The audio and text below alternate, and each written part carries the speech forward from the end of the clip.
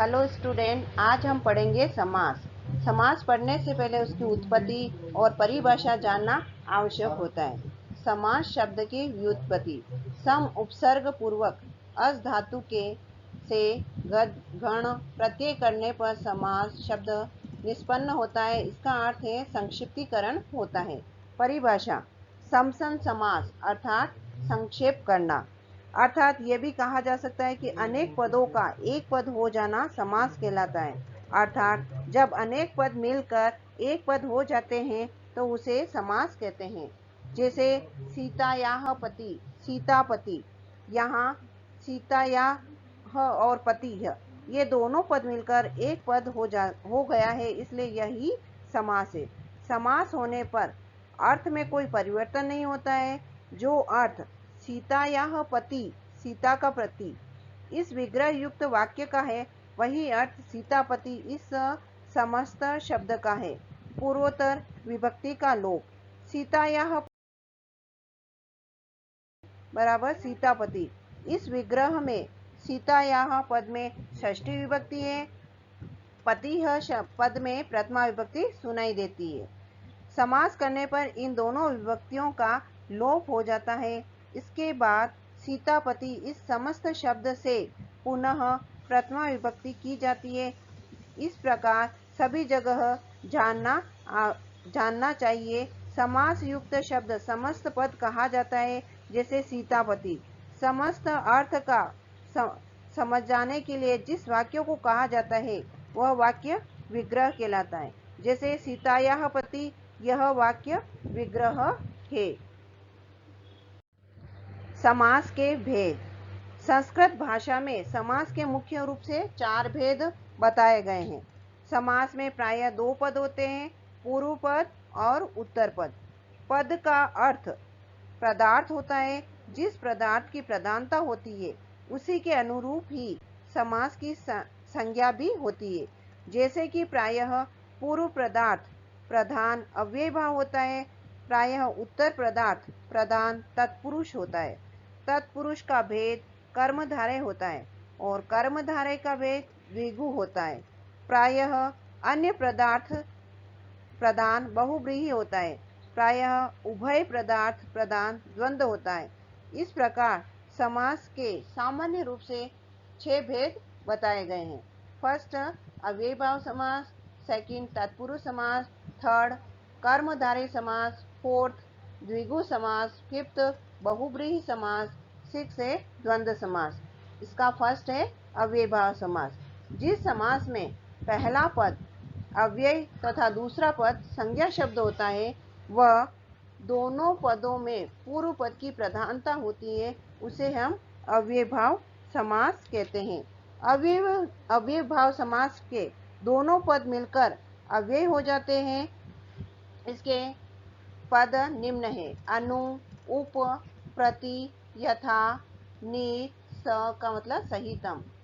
First है इसका अनु। अनु को पश्चात विग्रह करते समय पश्चात लिखा जाता है और योग्यम का भी प्रयोग किया जाता है। प्रथम पद में षष्ठी विभक्ति होती है। समस्त पद एक तरफ, दूसरी तरफ है विग्रह।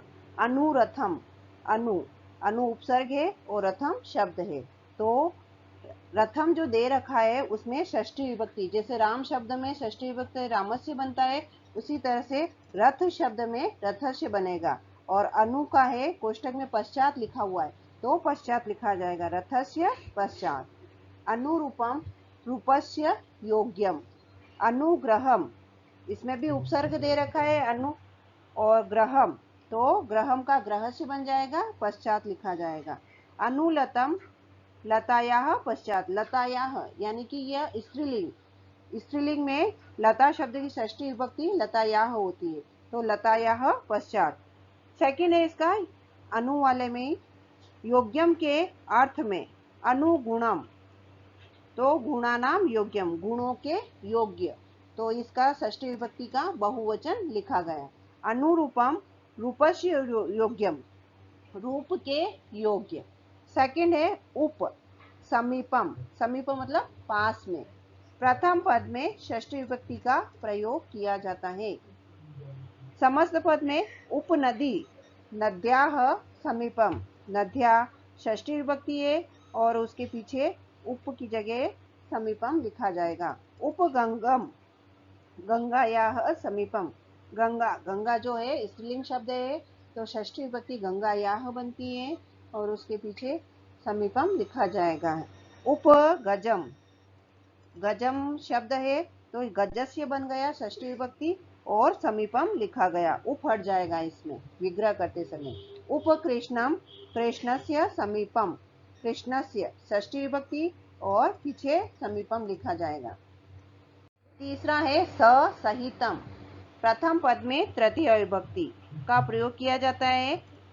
प्रथम पद में अव्यय है स और पीछे चित्रम दे रखा है, सचित्रम, तो प्रथम पद में चित्रम जो शब्द है उसमें चित्रेण लिखा जाएगा, तृतीय विभक्ति लिखाना है और उसके पीछे सहितम लिखा जाएगा जो कि कोष्टक में दे रखा है।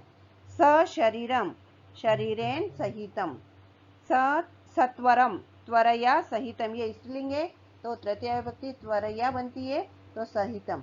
फोर्थ है प्रति, विप्सा अर्थ में उत्तर पद को 2 बार द्वितीय विभक्ति का प्रयोग, सप्तमी विभक्ति का भी कर सकते हैं इसमें, जैसे प्रतिदिनम, तो द्वितीय विभक्ति दिन में दिनम दिनम, रामम होता है उसी तरह से दिनम दिनम बनेगा और 2 बार लिखना है इसको। प्रतिक्षणम, क्षणम क्षणम, प्रत्येकम, एकम एकम, उत्तर पद में एकम एकम बनेगा। फिफ्थ है यथा, अनतिक्रम्य, प्रथम पद में द्वितीय विभक्ति का प्रयोग होता है।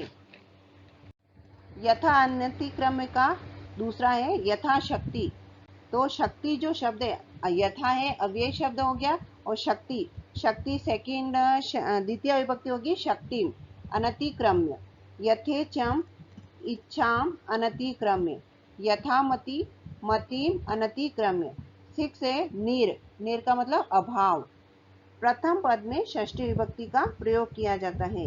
निर्जनम, नीर ज के ऊपर र लगा हुआ है तो निर्जनम, ये पद बना हुआ है, इसका विग्रह किया है तो विग्रह में षष्ठी विभक्ति जब दे रखा है कि प्रथम पद में षष्ठी विभक्ति का प्रयोग किया जाएगा तो इसमें षष्ठी विभक्ति जनानाम अभाव। निर्धनम, धनस्य अभाव, जो नीर, कोई भी नीर का शब्द होगा फर्स्ट अव्यय शब्द जो नीर होगा उसमें अभाव लिखा जाएगा सेकंड, तो धनस्य अभाव होगा। निरीहम, इहाया अभाव, निशंकम, शंकाया अभाव। तो स्टूडेंट, आपने जो अभी तक पढ़ा उसके आधार पर ये प्रश्न दिए गए हैं ग्रह कार्य के लिए। तो पहला प्रश्न है अधोलिखित पदानाम समास विग्रह कृत्वा समासस्य नामापि लेखनीयम। फर्स्ट है इसका उपवनम, सेकंड अनुरूपम, थर्ड है प्रतिवारम, फोर्थ है समित्रम। क्वेश्चन नंबर 2, अधोलिखित पदानाम विग्रह वाक्यानाम समासम करणीय एवं समासस्य नामापि लिखत। पहला है मक्षिका नाम अभाव, सेकंड है नगरस्य समीपम, थर्ड है स्थानम अनतिक्रम्य, फोर्थ है पदानाम पश्चात। इनका पद बनाना है और समास का नाम लिखना है। तो ये सब अपनी नोटबुक में लिखें और इनको याद करें।